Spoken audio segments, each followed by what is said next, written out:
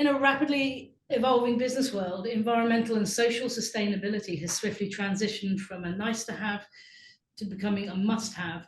Stakeholders, from investors to customers, increasingly demand transparency, sustainability, and positive societal impacts from companies. And with this growing trend, there's an urgent need for more businesses to adapt and thrive in this new landscape. While some businesses grow up green, others must rethink their operations and consider a wide array of factors, such as energy use, direct and indirect carbon emissions, waste disposal, labour practices, and good governance. I'm joined by 4 supply chain sustainability experts who will help us take a closer look at learnings and best practice. We won't be able to cover everything, but hopefully we will demystify the basics, unpack some current innovations, and get you thinking about how you could do things differently and improve supply chain robustness, fuel growth, but ultimately improve the impact your business has on society. Please welcome Emma Fromberg, Course Director at the University of Cambridge Institute of Sustainability Leadership. That's easy for you to say. And Jessica Short, Finance and Operations Manager at True Start Coffee. Magnus Firth, Workshop Manager at energy company Renewable Parts. And Richard Singleton, Finance and Sustainability Director at Accountants Menzies LLP. Welcome all. So if I guys can get you started, something simple and easy to get us all thinking. So what's your favorite sustainable brand and why? I'm going to pick on you, Jess, actually. And you're not allowed to choose your own company. I think that's cheating. I was definitely, of course, going to say True Star. But I think I'd have to say Tony's Chocolonely. I think what they're doing in the cacao industry is like shaking it up, and it's what we're trying to do in coffee. So I'll go with them. Nice answer. Magnus? I was obviously going to go for myself as well, but I'll go for Finister Clothing. So they make all types of clothing, but specifically wetsuits and swimwear. And within their company, they also have a Lived and Loved section, so you can buy second-hand clothes and the repair clothes as well. So it's all about keeping a quality product that can last forever. Nice. Richard? Yeah, so I thought about this, and actually I'm going to give a really boring answer, but I'm not sure I have a favorite brand right now. I mean, there's the obvious ones, and I love Jess's example with Tony's Chocolate. It's fantastic what they're doing. I think there's obviously bits and bobs when you go out to the shops and you look on the shelves and you see lots of companies doing fantastic things. But I did some work recently with regards to Arla, obviously the big dairy producers, and I think actually obviously very, very large company, but what they're doing in the dairy space and the challenges that industry actually faces is massive. So I think they're reasonably inspiring. And if you look at their website, for example, all they talk about is sustainability at the front, and I think they are doing some incredible things. But obviously you can spit out examples such as Patagonia and all these stories you hear. But yeah, probably just on my obvious example. I have not heard of Arla, so I will have a look at them. Emma? So my favorite sustainability brand is Fairphone. It's a Dutch brand. It's a phone manufacturer. And what I think is really special about this is that they actually connect their social sustainability around, having these communities that allow to repair the phone. So if you want to upgrade it or change the battery, that's all supported through design for modularity, but also by a community of repair people. And then their environmental sustainability, especially focused on ethical mining. And in phones, you have lots of critical materials that are also often mined in very bad circumstances, affecting local people a lot. So they very much focus on that mining practice. That all coming together in one design is just really special, and they keep on pushing the boundaries. So yeah, they're my all-time favorite. Awesome. Beautiful. All lovely examples. I'll give you mine. Just I think mine's Riverford, and I don't even know how ethical they are, to be fair, but I've been using Riverford since I was in my 20s, and the idea that the veg arrives and all the packaging goes and it's all organic and it hasn't traveled very far, so the family is benefiting and the environment's benefiting. And Yeah, that makes my life easy as well, which is kind of sometimes what's needed. Thank you. So moving on, and this is a question for all of us really, but what are the immediate bigger challenges facing smaller manufacturers and their supply chain? I mean, that's a really wide question. I think not only are they struggling with economic pressure, cost of capital, interest rates, all of that, big competition, obviously, they're then being thrown this curveball of suddenly everyone's got to be sustainable. And I think for a smaller manufacturer or whatever they're doing actually, but obviously manufacturers we're focusing on with their supply chain, these are small companies. So the challenges they're really facing are resource, the pressure as a small business, what can they actually put on their supply chain? If they're in the supply chain and running parallel to them is a very large business, they're not going to have much impact on the supply chain. Where to start? The cost obviously is another one. Things like, so other challenges that could spring to mind, obviously changing customer demands. 1 minute everyone wants to do this is fashionable, next year there's another trend. For a small business, they can be dynamic and move quite quickly because they're small and they can make decisions quickly, but they don't have the resource and teams available to throw lots of money into marketing, PR, etc. So I think there's the other point, which is the competition from larger companies that can put pressure on supply chain, can force things down that value chain, if you like, whereas small companies haven't necessarily got those resources. Yeah, that's fair. Emma? So I actually would like to give the counterpoint, and I think that with SMEs, you also have some superpowers. So I wouldn't compare yourself necessarily to large brands because they have very different operations.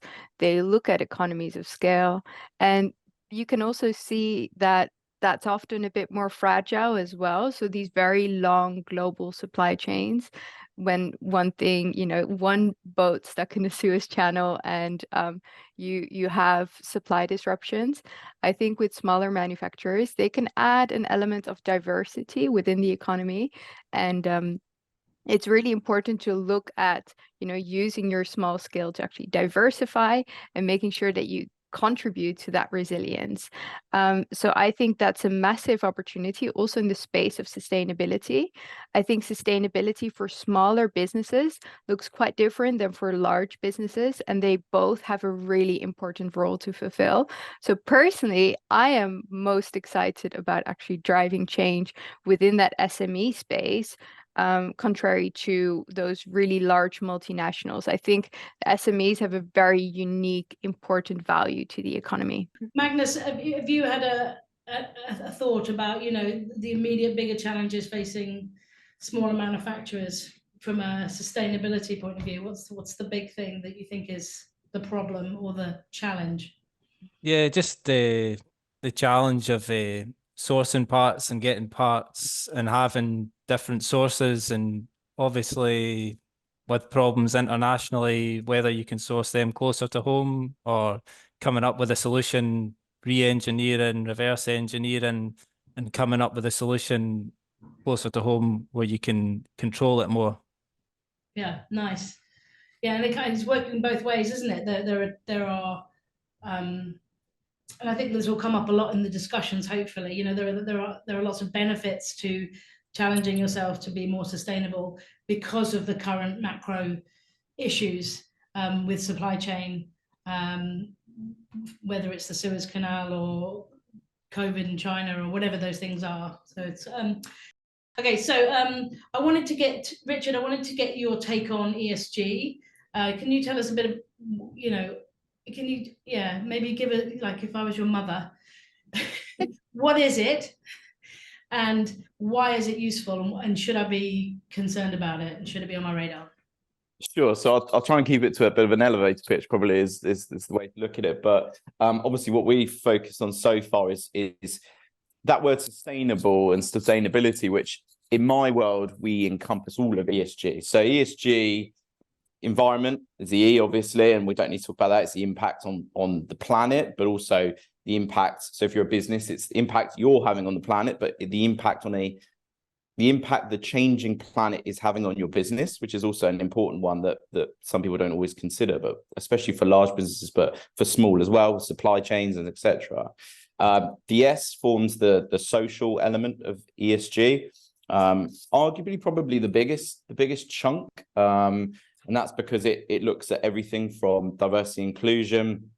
CSR has effectively been morphed or sucked up into that S. You're looking at things like health and safety, employee engagement, welfare benefits, everything around how you treat the people inside and outside of your business is the simple answer on that one. And then G, so the governance point, which governance is being talked about a lot at the moment. But it's certainly not a new thing. It's sort of come out of the shadows since sort of the pandemic, I suppose. And that's effectively how you are operating, I suppose, is the simple piece of governance. So it looks at obviously ethical trading, but it can talk about things like fines, executive remuneration, again tailored to how big your business is. But it can, if you're in a small business, it can be as simple as how quickly you're paying your suppliers, things like this that come under governance, how transparent you are with your reporting, how responsible you're trading, all of those sorts of elements. So hopefully that sums it up for you. What's it useful for? So obviously an interesting one. I mean, we've talked about sustainability, and obviously we're all here focusing a little bit more on the E today. And there are obvious reasons to focus on that. You can look at things like, I suppose it depends where the pressure is coming from in your business. But if you're a small business, if you're Jess, for example, that True Start, there's competitive advantage in the market, isn't there? If you're coming out and you're producing something that's new, you're going to get that competitive advantage. For other more established businesses that have been around a long time, they're reacting to supply chain pressure themselves. They're being told to be more sustainable, so they're keeping up.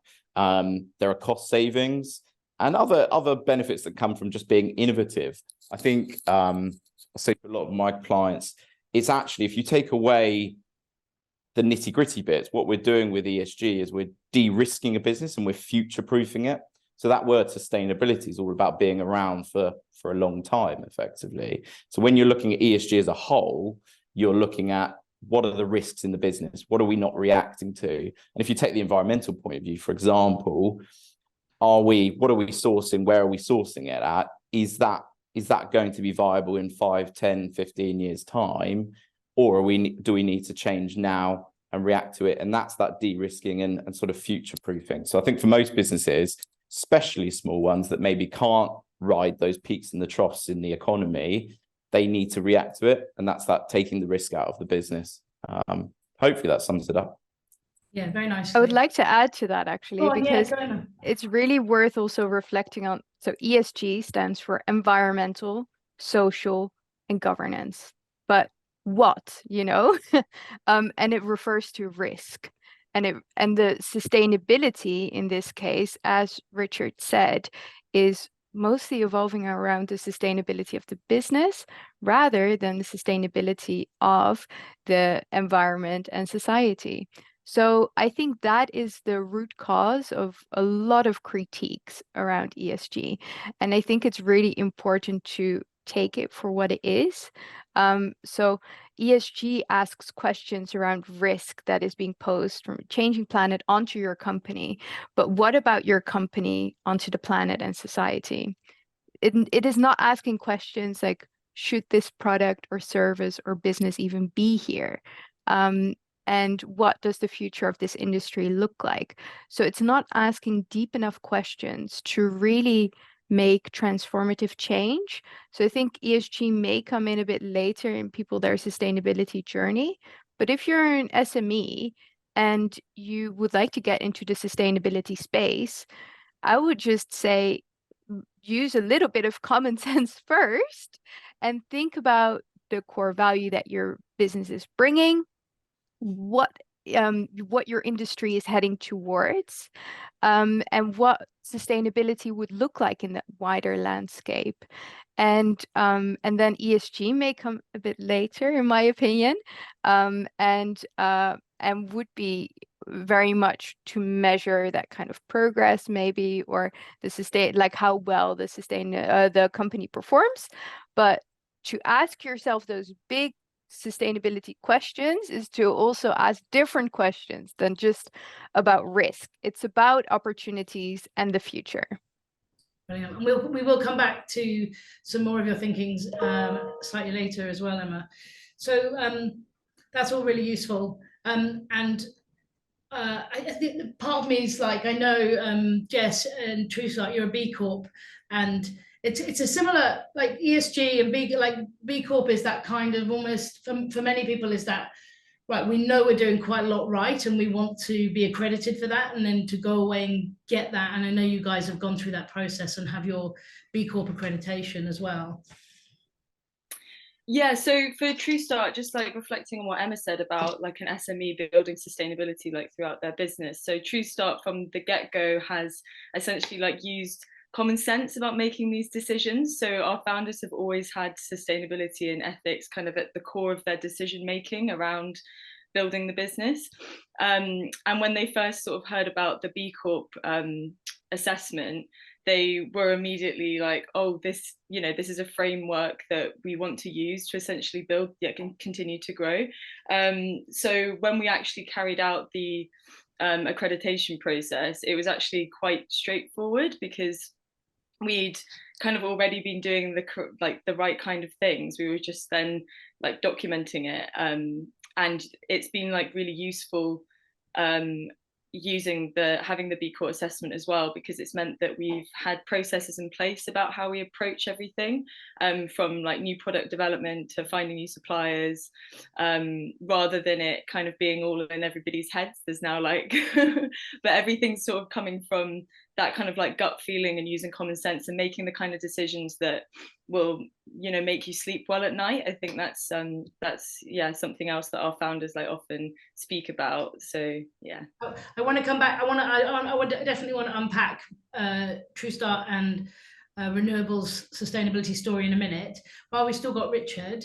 Richard, if I'm a small manufacturer, how do I stay abreast of everything that's changing all the time, the legislative requirements, regulatory requirements? Like, obviously, if you're my accountant, I would probably come and talk to you, wouldn't I?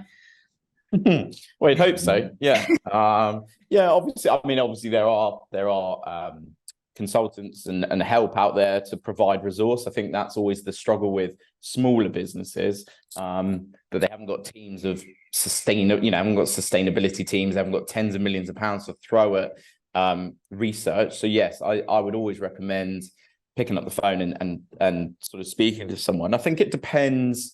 Obviously, it's the challenge we face a little bit in sustainability at the moment is there also isn't enough regulation. There's not enough pressure being put down. So it's a little bit, at the moment, smaller manufacturers ultimately, unless they're following, Jess, for example, with True Start, is a good example where they're doing it for the right reasons. They've set up a business, they've got B Corp, they're going down that road and they're doing fantastically. It's a real success story.